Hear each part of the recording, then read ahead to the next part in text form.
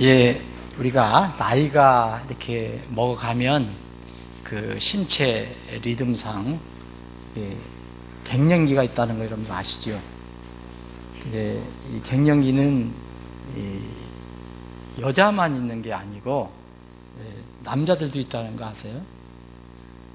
우리 여자분들은 잘 모를 수도 있는데 남자들도 갱년기가 있답니다. 이제 의학적으로도 얘기를 하는 거예요. 그래서 그런지 이렇게 나이가 들면 이제 자기가 이제 눈물이 좀 자주 나온다. 그런 사람이 있으면 내가 갱년기인가 보다. 한번 생각할 필요도 있어요. 그럴 때 이제 주위에 있는 사람들이 잘 좀 그 아내가 남편이 그렇다면 잘 좀 챙겨주고 도와줘야 될 필요가 있습니다. 남자가 또 여자도 그렇게 해야 되지만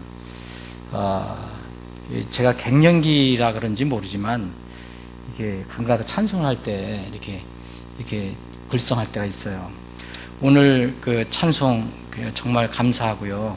하나님께 감사드리고 여러분들께 감사드리는데 제가 아까 우리 자매님들 총 출동해서 드린 찬송이 이 가사가 옛날 거하고 조금 달라진 것 같죠? 옛날에 있는 그 찬송인데 제가 잘 듣다가 마지막 절에 가서 좀 울컥했습니다. 저는 이제 이 가사를 제가 찬송을 드릴 때 말씀드리지만 찬송은 곡도 맞춰야 되지만 더 중요한 건 가사거든요. 그래서 가사를 깊이 음미하면서 찬송하면 정말 은혜가 돼요. 개인적으로. 근데 제가 이제 4절을 복된 순간 대할 때 보고 아는 얼굴은 그래서 내가 하늘에 가서 다른 성도들을 생각했어요. 내가 아는 얼굴이 또 있겠다. 그런데 이제 보니까 나를 사랑한 구속자 예수님 얼굴이라 이게 아주 와닿아서 월컥했습니다. 그래서 우리가 과연 그때 우리가 정말 여러분들 지금 만날 주님 만나보고 싶다. 주님을 이렇게 흠모하고 사랑한다지만 실제 여러분들 지금 못 만나보고 계잖아요. 말씀으로 만나지만 실제로 여러분들이 그때 가서 여러분들이 얼굴로 여러분 눈으로 그분을 만났을 때 어떨까? 그래서 그런 생각을 하니까 정말 그 복된 순간에 보고 아는 얼굴이 딱 있는데 그분이 나를 위해 십자가에서 돌아가신 바로 그 주님의 얼굴이라. 이러면 참 너무 감동스러운 것 같아요. 그래서 우리 568장 이게 4절 한 절만 더 하고 말씀 잠깐 나누겠습니다.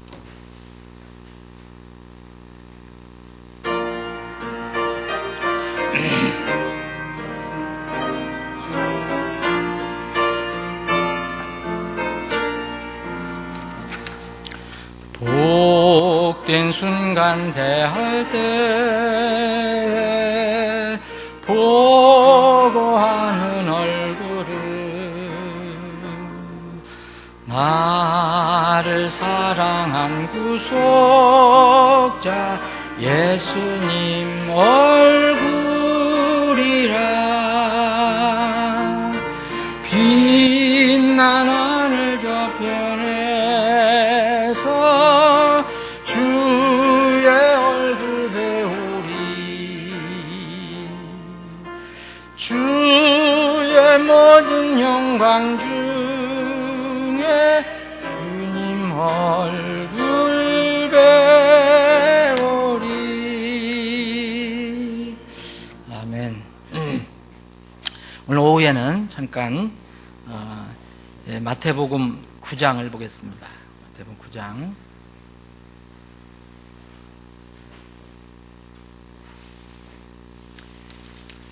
마태복음 9장. 마태복음 9장 보기 전에 마태복음 8장 먼저 보겠습니다. 마태복음 8장에 보면 5절부터 한 100부장 이야기가 나옵니다. 다 읽지 않겠습니다. 이 100부장 이야기 여러분들 아시죠? 이 100부장 이야기가 나오고요. 또 마태복음 9장에 보면 우리가 그 마비병 들린 그 환자 이야기가 나옵니다. 9장 1절부터 계속해서 8절까지 나와 있습니다. 마태복음 15장을 보면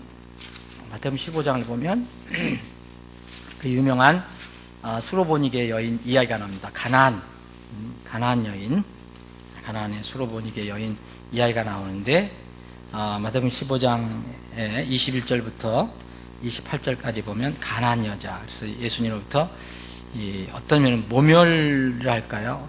굉장히 그 자존심 상하는 그런 말까지 들은 그 자매입니다. 이게 자녀들의 빵을 집어서 개들에게 던지는 것이 마땅치 아니라고 주님께서 이렇게 상대를 안 해주려고 하는 것처럼 보입니다. 그러니까 이 여인이 주님 말씀 맞다. 이제 개들도 자기 주인의 상에 떨어지는 빵 불서기를 먹는다. 그랬더니 주님께서 참 믿음이 크다. 내 믿음이 크다. 이런 말씀을 하셨습니다. 마태복음 8장 로마 백부장 이야기입니다. 자기 종이 있는데 이 종도 마비병이 걸린 종이에요. 마비병이 걸린 종인데 이 상사가 자기 종을 적히 사랑하고 아꼈는 것 같아요. 그래서 자기 종이 몸을 움직일 수 없는 이런 병이 걸렸기 때문에 이걸 안쓰럽게 생각해서 예수님께 이제 요청을 하는 거죠. 고쳐달라고. 그리고 지금 마태복음 9장에는 자기 마태복음 9장 우리가 살펴보는 것은 읽지는 않겠습니다. 이것도 마비병 들린 환자인데 이 친구들이 혹은 지인들이 이 마비병 환자를 데리고 주님께 오는 장면, 그래서 그 치료를 받는 그런 장면이 나오고, 지금 마태복음 15장은 가나안 여인에 관한 이야기가 나옵니다. 여러분 여기서 여러분이 다 내용 다 아시는 거잖아요. 그럼 여기 공통적인 것을 한번 찾아보십시오. 공통적인 게 있습니다. 공통점이 있습니다. 공통점. 그래서 이 말씀 중에서 여러분들이 공통적인 말씀을 찾아볼 수가 있는데, 하나는 이겁니다. 그 병을 고치거나 죄를 용서받은 사람의 믿음이라고 얘기하지 않으십니다. 누구의 믿음을 얘기하냐? 그 사람이 아니라 그 사람을 고쳐주고 그 사람을 데리고 온 사람들의 믿음에 관해서 예수님께서 말씀하십니다. 자, 마태복음 8장의 로마 백부장은 나중에 그 로마 백부장의 종을 고쳐주시잖아요. 마비병. 그런데 그 마비병 들린 사람을 보고 얘기하신 게 아니고 간절하게 요청을 한 그 말씀을 철저히 믿고 있던, 우리 집에 오실 그런 필요도 없습니다. 왜냐하면 제가 주님을 받아들일 만한 그런 자격 있는 사람도 아니고 우리 집에 오실 만한 그런 것도 아닙니다. 감히 어떻게 우리 집에 오십니까? 그냥 말씀으로만 한마디 해주십시오. 이렇게 해서 예수님이 굉장히 놀라셨잖아요. 그 믿음을 때문에. 근데 이 로마 백부장에게 하신 말씀은 네가 믿은 그대로 네게 이루어질지어다 얘기했습니다. 그 다음에 마태복음 8장, 마태복음 9장도 그렇고 마태복음 15장도 그 가나안 여인인데 어머니입니다. 근데 누구면 딸 때문에, 그 만날 마귀 때문에 고통받고 있는 딸을 어떻게든지 고쳐주고 싶었는데 너무 안쓰러워서 이 예수님의 소문을 듣고 이제 찾아가잖아요, 예수님께. 그럴 때 이제 마지막으로 예수님께서 이렇게 얘기합니다. 여자여, 내 믿음이 크도다. 이게 딸 믿음 얘기하는 거 아닙니다. 내 믿음이 크도다. 내 소원대로 그 일이 내게 이루어질지어다. 이렇게 얘기합니다. 그리고 오늘 마태복음 그 9장에 있는 것은 마가복음 2장도 있고 누가복음 5장에도 기록이 되어 있습니다. 이게 공관복음에 다 기록이 되어 있는 거예요. 마비병 환자가 유명한 그 지붕을 뚫고 이렇게 예수님 앞에 가려니까 너무 사람이 많아서 어떻게 접근이 안 돼요. 그래서 이 사람은 들것에 이제 마비병이 있었으니까, 이게 그 마비병이라는 미리 마비병이잖아요. 뭡니까 이게? 전에 용어로는, 개혁성인 용어로는 뭐였죠? 개혁성인 용어로는 뭐였더라? 여기는 마비병으로다가 얘기했는데 완전히 꼼짝 못하는 거였어요. 그러니까 몸이 다 굳어있는. 그런데 이 사람을 돕는 사람이 있었어요. 여기에 이제 특히 마가복음 2장을 보면 네 사람이라고 기록이 되어 있습니다. 마태복음하고 누가복음은 명수를 얘기하지 않는데 마가복음 2장에는 마가는 4명이라고 기록되어 있습니다. 그러니까 마비병 환자 들린 그 환자를 싣고 들 것 양쪽 내구퉁이에 한 사람씩 들고 왔다는 결론이 나옵니다. 그래서 이 사람들이 예수님께 접근할 수 없으니까 그 예수님 계셨던 집에 지붕으로 올라가서, 이스라엘 지붕 그렇게 되어 있으니까 지붕을 뜯고 그 위로 예수님 앞으로 달아내리죠. 근데 여기에 마가복음 2장, 누가복음 5장, 마태복음 9장에 있는 이 마병 환자 사건에 또 공통적으로 주님께서 얘기하신 게 있습니다. 똑같이 요 마가나 누가나 마태가 똑같이 기록한 게 있습니다. 그건 뭐냐면, 여러분 나중에 찾아보십시오. 예수님께서 그들의 믿음을 보시고입니다. 누구의 믿음을 봤다고 그랬습니까? 마병 환자의 믿음이 아닙니다. 그 마병 환자를 어떻게든지 주님께 데려가면 고칠 수 있겠다는 그 믿음을 가진 그 네 사람을 향해서 예수님께서 그들의 믿음을 보시고 고쳐주십니다. 그런데 이 마태복음 9장을 보면 이 병 환자는, 마병 환자는 먼저 저기 받습니까? 죄 용서를 받습니다. 죄 용서. 여러분, 죄 용서 받는 거하고 육신의 병을 치료받는 거, 세상 사람들은 두 가지가 있다면 뭘 먼저 요구하겠습니까? 여러분들 뭘 먼저 요구하겠습니까? 아마도 대부분 여러분 병 낫기를 원할 겁니다. 죄 용서는 안 보이거든요. 보입니까? 당장 내가 정말 아파 죽을 지경인데 이 병 낫기를 원할 겁니다. 그 교훈이 거기 들어있습니다. 그래서 이것을 보고 이 서기관들이, 아들아, 그러니까 2절에 봅니까? 보라, 그들이 마병으로 자리에 누운 사람을 그분께 데려오거늘 예수님께서 그들의 믿음을 보시고, 그들의 믿음입니다. 그 친구들 혹은 지인들 돕는 자예요. 마병 환자에게 이르시되 아들아, 기운을 내고 내 죄들을 용서받을지어다. 그런데 이 사람이 죄 용서를 받습니다. 그러니까 서기관이 야, 이 사람 신성 모독하는 사람이다. 지가 뭔데 죄를 용서해 주냐. 예수님께서 그 생각을 아시고 너 왜 마음속으로 악한 생각을 하느냐. 그래서 예수님께서 말하십니다. 내 죄들을 용서받을지어다 하고 말하는 것과 일어나 걸어가라 하는 것 중에, 말하는 것 중에서 어느 것이 더 쉬우냐. 여러분, 지금 여러분들 만약 그런 상황이 있으면 어느 것이 더 쉽겠습니까? 세상은 대부분 여러분들이나 저는 당장 아픈 사람, 그게 낫기를 원하죠. 안 그렇습니까? 근데 예수님, 얻은 것이 더 쉬우냐? 사실 예수님께서도 병 낫게 해주는 게 더 쉽지요. 그 사람들 눈도 바라보고. 그런데 사람의 아들이 땅에서 죄들 용서하는 권능을 가진 줄을 너에게 알게 하려나 하시고 그 뒤에 고쳐주십니다. 병을 고쳐주세요. 내 자리를 들고 내 집으로 가라. 마병 고쳐졌어요. 마병 고쳐지기 전에 뭘 용서받았습니까? 죄들 용서를 받았어요.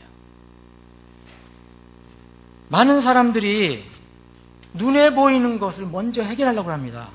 근데 우리는 반드시 먼저 눈에 보이지 않는 걸 먼저 해결해야 돼요. 영적인 문제를 해결해야 됩니다. 이게 어려운 겁니다. 그래서 많은 사람들이 여기에 넘어지는 겁니다. 기적은 체험해도, 뭐 보는 것은 체험해도 자기 혼의 구원 문제는 해결 못하는 거예요. 그런 중요한 여기 면이 있고요. 구원이 다른 사람의 믿음으로 결정이 됩니까, 여러분? 또 하나의 질문. 여기에 보면 예수님께서 네 사람의 믿음을 보고 마병 환자에게 이르셨어요. 아들아, 기운을 내고 내 죄를 용서받을지어다. 그러면 여러분들 그런 질문이 있을 거예요. 야, 그러면 다른 사람 믿음으로 내가 구원받을 수 있는가? 내 남편, 내 아내가 정말 열심히 믿으면 나도 구원받는 거 아닌가? 이건 어떻게 들립니까? 우리가 지금 조심스럽게 이야기하고 있는 로마 카톨릭 교리처럼 보이지 않습니까? 남을 위해서, 그 사람을 위해서 이렇게 우리가 뭐 연보를 하고 뭐라 하고 그러면 그 사람이 좋게 된다. 하다못해 연옥에 있다가 어디도 간다. 야, 그럼 내 부모, 내 아내, 내 남편이 열심히 믿으면 내가 구원받을 수 있는가? 그건 아닙니다. 여러분, 이것을 가르쳐 주려고 이 말씀을 하신 건 아닙니다. 여기서 이 포인트는 성경은 분명히 합니다. 각 사람은 자기 죄로 인하여 죽을 것이라고 얘기했습니다. 죄를 짓는 혼, 그 혼은 죽을지니라. 그 죄를 짓는 혼이 죽는 겁니다. 그래서 이 하나님께서는 이제 목마른 모든 자들 와라. 물로 나와라. 돈 없는 자도 와라. 값 치르지 말고 포도주가 져서 사라. 너는 귀를 기울이고 내게로 와 들을지어다. 그리하면 너희 혼이 살리라. 믿고 듣고 따라오는 사람들이 살리라고 얘기했습니다. 그러면 예수님께서 그들의 믿음을 보시고 내 아들아 기운을 내고 내 죄를 용서받을지어다 하신 말씀은 무슨 말씀입니까? 이것은 죄 용서를 받은 마병 걸려 들것에 실려온 사람의 구원에 관한 가르침이 아닙니다. 그것은 그냥 나타나는 거고요. 지금 여기서 구원 교리를 가르치는 게 아니에요. 예수님은 구원받아야 할 주위 사람들에 대해서 지금 예수님 계속 스포트라이트를 비치고 계세요. 만약 우리가 무대에 섰다면, 지금 예수님께서 빛을 비춰주신다면 계속 구원받은 사람, 죄 용서 받은 사람, 병 고친 사람을 스포트라이트 비치는 게 아니고 그 사람 주위에 있는 사람을 계속 비춰주신다는 거예요. 8장도 그렇고 9장도 그렇고 15장도 그렇습니다. 잘 여러분들 생각해 보십시오. 예수님이 지금 비춰주시는 것은 바로 그겁니다. 죄 용서, 영혼을 구원할 수 있는 분은 예수님 뿐입니다. 하나님 뿐입니다. 그분이 결정하실 일. 그런데 예수님은 이 땅에 오셔서 온전한 자들에게 의사가 필요 없다고 그랬어요. 자기가 온전하다고 생각하면 예수님이 의사가 될 수 없습니다. 병든 자들에게 필요하다. 그래서 나는 의로운 자들을 부르러 온 것이 아니고 죄인들을 불러서 회개하게 하려고 왔다. 그렇게 얘기하십니다. 누구든지 자기가 의사가 필요하다. 내가 병든 자다. 내가 죄인이라는 것을 인정하지 않으면 예수님은 고쳐줄 수 있는 능력이 얼마든지 있지만, 그런 권능이 있지만 고쳐주지 않는다는 거죠. 구원시켜주지 않는다는 거죠. 이건 무슨 말씀입니까? 이것은 다시 말씀드리면 예수님께서 구원의 교리를 가르쳐 주려는 게 아니라 그 구원받은 사람 주위에 어떤 사람이 그 사람을 어떻게 돕고 인도했는가, 그거를 지금 중점을 얘기하십니다. 여러분, 이 수로보니게 여인, 가나안 여인이 어떤 면 요새가 그런 사람이 있으면 아마 예수님한테 욕하고 욕하고 삿대질하고 갔을 거예요. 그러죠? 개처럼 말씀하셨으니까. 그런데 그 여인은 오직 하나, 내가 어떤 수모를 당하더라도 내 딸은 마귀에서, 저기에서 건져내야 되겠다. 근데 저분은 고쳐줄 수 있는 분이다. 확신이 있었기 때문에 예수님께 간 게 아닙니까? 그래서 예수님이 그 여인에 대한 믿음을 아주 극구 칭찬하십니다. 여기에 로마 백부장도 이방입니다. 극구 칭찬합니다. 이 이스라엘에 이런 믿음이 있느냐? 네? 최종적인 구원은 개인의 믿음으로 결정되는 것입니다. 그것은 누구든지 이를 달 수 없습니다. 그런데 그러한 믿음을 갖도록 도와줄 수 있는 사람들이 있다는 겁니다. 주님께서는 돕는 사람을 지금 부르고 계신다는 것을 알려주고 계십니다. 이것뿐만 아닙니다. 성경이 많이 있습니다. 주님께서는 주님의 일을 함께 할 수 있는 사람을 부르고 계신다는 겁니다. 주님의 최대의 일은 뭡니까? 사람들을 건져내는 거였죠. 근데 그 말병 들린 환자가 어떻게 주님께 올 수 있습니까? 가보니까 사람이 꽉 들어찼습니다. 어떻게 주님께 나갈 수 있습니까? 거기에는 4명의 친구가 필요했다는 거죠. 여러분, 이 말씀은 우리가 하나님의 일에 동참자가 되자, 다른 말로 하면 우리가 영혼 구원의 도구가 되자라는 겁니다. 그것을 지금 주님께서 가르쳐 주시는 겁니다. 주님의 지상명령이 뭡니까? 마태복음 28장 19절 20절에 너희는 가서 그랬죠.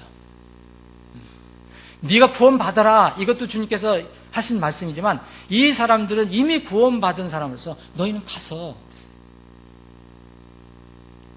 가르치고 그랬죠. 제자를 삼고, 그 얘기입니다. 그리고 만약 그 복음을 받아들이면 이 침례를 주고, 또 침례에 순종한 사람에게는 내가 가르쳐준 거 많이 있지 않냐, 그것을 다 가르쳐 지키게 하라 얘기했습니다. 이건 다른 말로 하면 다른 영혼들을 도우라는 명령입니다. 복음을 전하고 침례를 주고 모든 성의 가르침을 가르쳐서 지키도록 너희들 도와주어라, 그 얘기입니다. 온 세상을 죽어도 바꿀 수 없는 영혼입니다. 영혼 구원은 인생의 최고의 목적입니다. 말씀을 맺습니다. 우리가 이제 이전을 합니다. 저는 많이 기도하는데 분명히 우리가 원해서 간 게 아닙니다. 이번에 우리는 여기서 계속 있기를 원했습니다. 이 좋은 데서, 넉넉한 데서, 싼 데서.